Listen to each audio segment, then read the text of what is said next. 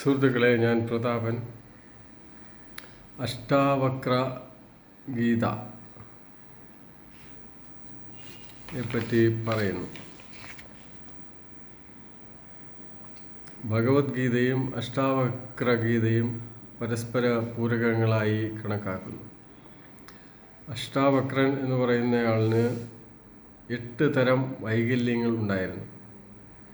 ശരീരത്തിൻ്റെ ആരോഗ്യത്തോടൊപ്പം മനസ്സിനുള്ള ആരോഗ്യവും ആവശ്യമാണ്. അഷ്ടാവക്രൻ ചോദിച്ചത്, എങ്ങനെയാണ് അറിവ് അല്ലെങ്കിൽ ജ്ഞാനം ഉണ്ടാകുന്നത്? എങ്ങനെയാണ് മുക്തി അല്ലെങ്കിൽ ലിബറേഷൻ ലഭിക്കുന്നത്?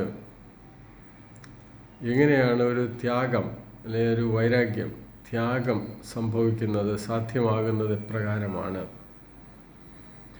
ആയുർവേദത്തിലെ സ്വാസ്ഥ്യം എന്ന വാക്കിൻ്റെ സ്വാസ്ഥ്യം എന്നാൽ ആരോഗ്യം, സ്വാസ്ഥിത എന്നീ 2 വാക്കുകൾ ചേർന്നാണ് സ്വാസ്ഥ്യം ഉണ്ടാകുന്നത്. ആരോഗ്യമുള്ള ശരീരത്തിൽ ആരോഗ്യമുള്ള മനസ്സ് ഉണ്ടാകുന്നു. ഭഗവത്ഗീതയിലെ 2-ാം അധ്യായത്തിൽ സ്ഥിതപ്രജ്ഞനെക്കുറിച്ച് നിർവചിച്ചിട്ടുണ്ട്. ആരാണ് സ്ഥിതപ്രജ്ഞൻ? അപ്പോൾ ഈ സ്ഥിതപ്രജ്ഞൻ എന്ന് പറയുന്ന ആളിന് പൂർണ്ണ മാനസിക ശാരീരിക ആരോഗ്യം ഉള്ളയാൾ എന്നാണ് അർത്ഥം.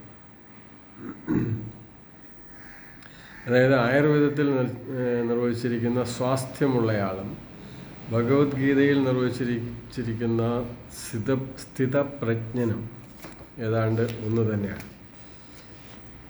ഈ അഷ്ടാവക്രൻ പിന്നീട് മഹർഷിയായിട്ട് മാറി.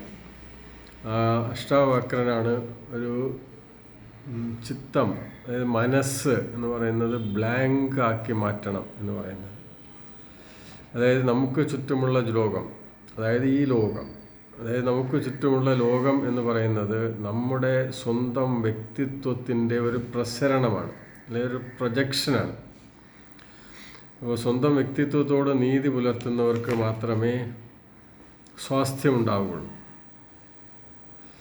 അപ്പോൾ ഈ ലോകം എന്ന് പറയുന്നത് തന്നെ വ്യക്തിത്വത്തിൽ, നമ്മുടെ സ്വന്തം വ്യക്തിത്വത്തിൽ നിന്ന് ആരംഭിക്കുന്നു. അതിൽ നമ്മുടെ വ്യക്തിപരമായ ഗുണങ്ങളും കുടുംബപരമായിട്ടുള്ള, സാമൂഹ്യപരമായിട്ടുള്ള, സാമ്പത്തികപരമായിട്ടുള്ള എന്തെല്ലാം ഈ ലോകത്തുണ്ടോ അത് നമ്മളെ സംബന്ധിച്ചിടത്തോളം നമ്മൾ നിന്നും പ്രസരിപ്പിക്കുന്നവ, അല്ലെങ്കിൽ നമ്മളുമായി കണക്റ്റ് ചെയ്യപ്പെട്ടവ മാത്രമാണ് നമ്മുടെ ലോകം. അങ്ങനെ ഒരു മാനസിക അവസ്ഥ ഉണ്ടാകുമ്പോഴാണ് പ്രസരിപ്പും സന്തോഷവും ആരോഗ്യവും ഒക്കെ ഉണ്ടാകുന്നത്.